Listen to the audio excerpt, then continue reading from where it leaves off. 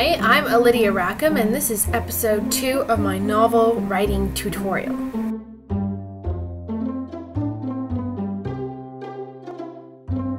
Now, if you're one of those people who says to their friends, you know, I have always wanted to write a novel, I just can't think of any good stories. Well, that's kind of like saying, you know, I've always wanted to go to the moon, but I've never really been able to get into rocket science.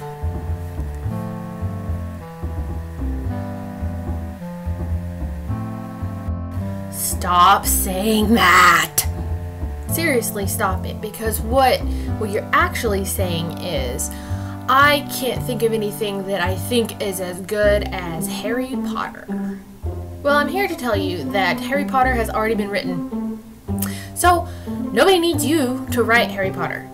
What we need is for you to write something from your unique perspective that nobody has ever read before because it's from you.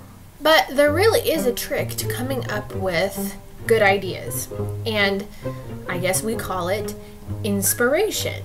But it really isn't this mystical, magical thing that's dictated by the muse and you have to, you know, go to Paris and sit by the Seine and smoke drugs and drink a lot and then, you know, have affairs and then get your heart broken a lot and then write this great story and then kill yourself. Contrary to popular belief, authors, there are lots of them that are well-adjusted human beings that are able to have great writing careers and without screwing everything up. So, yeah, it's just that they don't get very much publicity. You know, not as much as Edgar Allan Poe, who was, you know, on drugs and died in an alley, or Emily Dickinson, who wouldn't come downstairs because she's scared of people. Inspiration is actually just what lights you up, what makes you excited. When you look at something or think of something, what, you know, it puts that thrill through you and it makes you curious and interested. That's what inspiration is. So you really just have to start looking at the world that way. Like, what questions do I have about the world?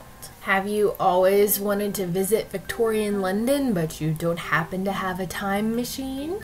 Have you wanted to see what's at the edge of the galaxy, but you know, you just don't happen to have a spaceship?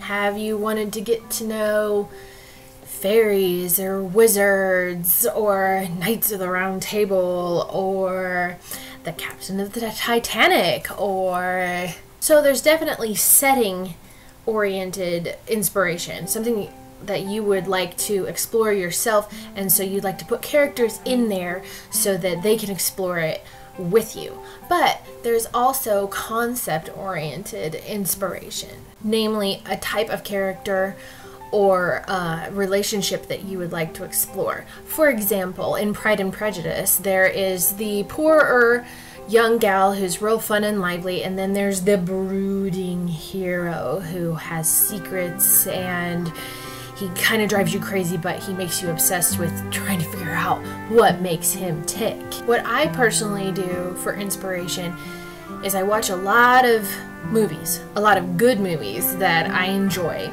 and I keep my eyes out for archetypes and unique characters that I would like to explore. Not like specific guys or specific gals, but their type, because there's only a certain number of archetypes, and what I find intriguing I will want to explore. I also listen to a lot of music of different kinds, and I pay attention to the feelings that those songs evoke in me, and I definitely use them. I listen to music constantly while I'm writing to set the mood. We'll get on to that later, but they have given me ideas for sure. So to quote a line from The Phantom of the Opera, open up your mind, let your fantasies unwind. don't shut yourself down when you start to wonder about things, even the most bizarre things. I remember there's that part in the new Alice in Wonderland movie where she's dancing and then she laughs to herself, and then the guy says, "What?" And she says, "Well, I just imagined all the men wearing dresses and all the women wearing trousers." And he's like, "Oh, that's weird. You need to stop that." No, don't stop that. That is perfect. Start thinking of the world a little bit more upside downish and sideways, and just unlock your imagination. Let it happen. So for homework next week, I want you to get a little notebook and carry it around with you, and in little spare moments where in between things where you're waiting for something, I want you to write down things that you wonder about in the world or in China, whatever. Just little things like, what would it be like to live on the edge of a leaf or inside a rose? Or if a city was entirely made of clouds, what kind of people would live there? Do it.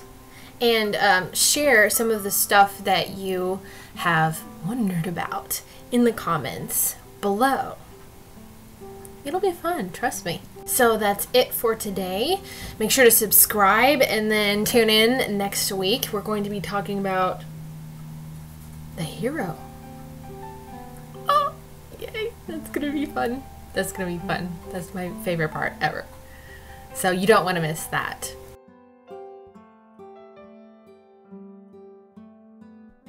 If you would like to support me on Patreon and read my stories as they're being written, I will leave the link to that below, and you can join me there. Right now I'm writing a Victorian mystery series that I'm just loving. It was inspired by lots of things. My general love for England and history and Victorian times and My Fair Lady and Sherlock Holmes and all of this deliciousness. So I know you'll like it.